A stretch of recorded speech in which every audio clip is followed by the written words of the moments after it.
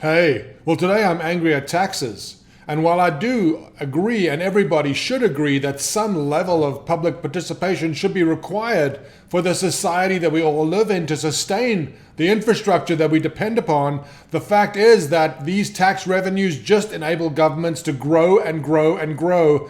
And the bigger they grow, the more tax revenues they require. Now, what's got me so agitated today is this new House Bill 1253 in California, where they are raising the California state income tax on the highest earners from 13.3 to 16.8%. That's going to mean that the highest earning taxpayers in California are going to be paying 53.3% in taxes. In other words, they're going to be keeping less than half of the money that they earn.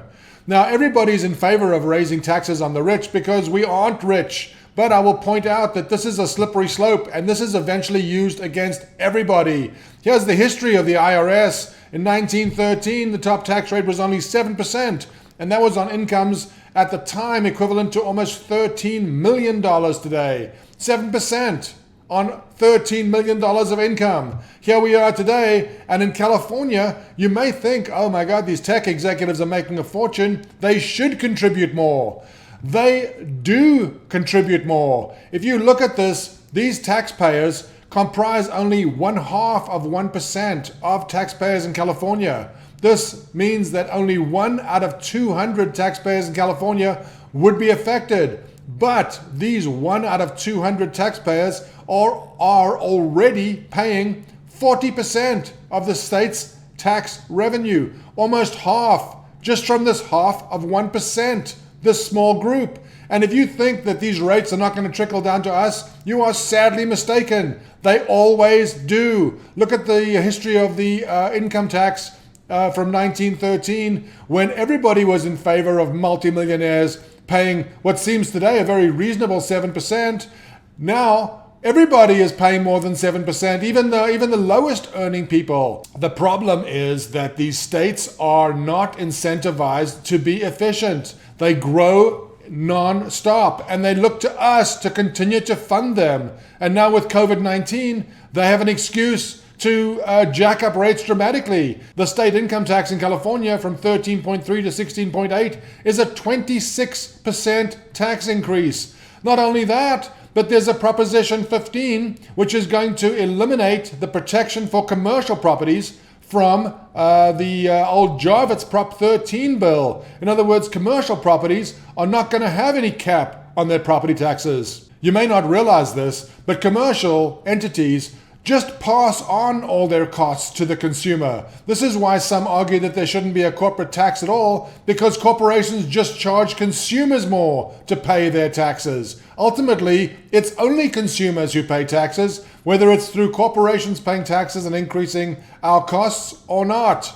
So Prop 15 is going to eliminate the protection that commercial properties have from property tax increases, and these protections need to be in place. There is no restriction on government growth beyond the money that we provide them.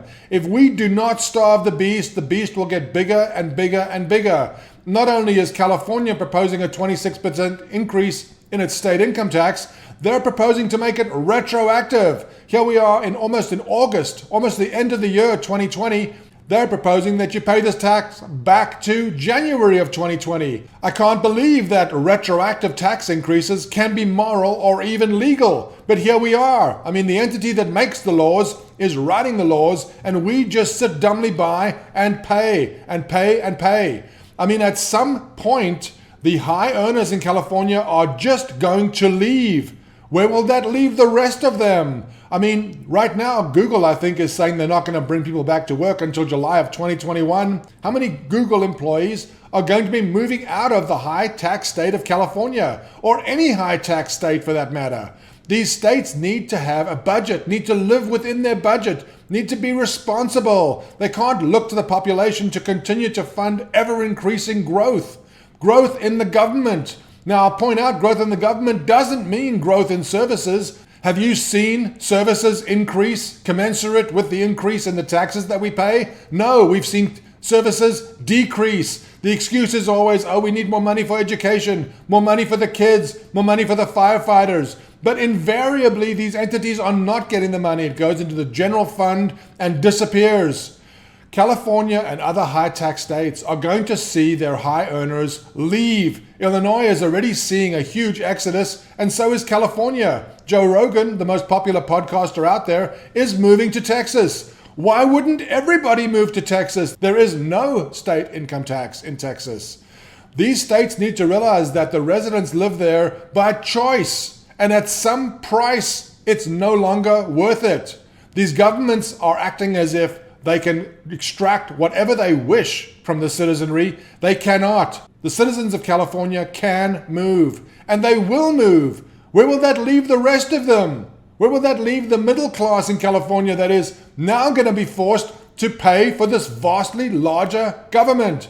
During this COVID-19 epidemic, very few government employees were considered non-essential, if any. My God, government employees are the definition of non-essential. Please, let's realize the path we're on. This is going to end in disaster. California is going to continue to spend money, continue to grow government, not react to this new reality, and try to extract ever greater sums from its captive, they think, population.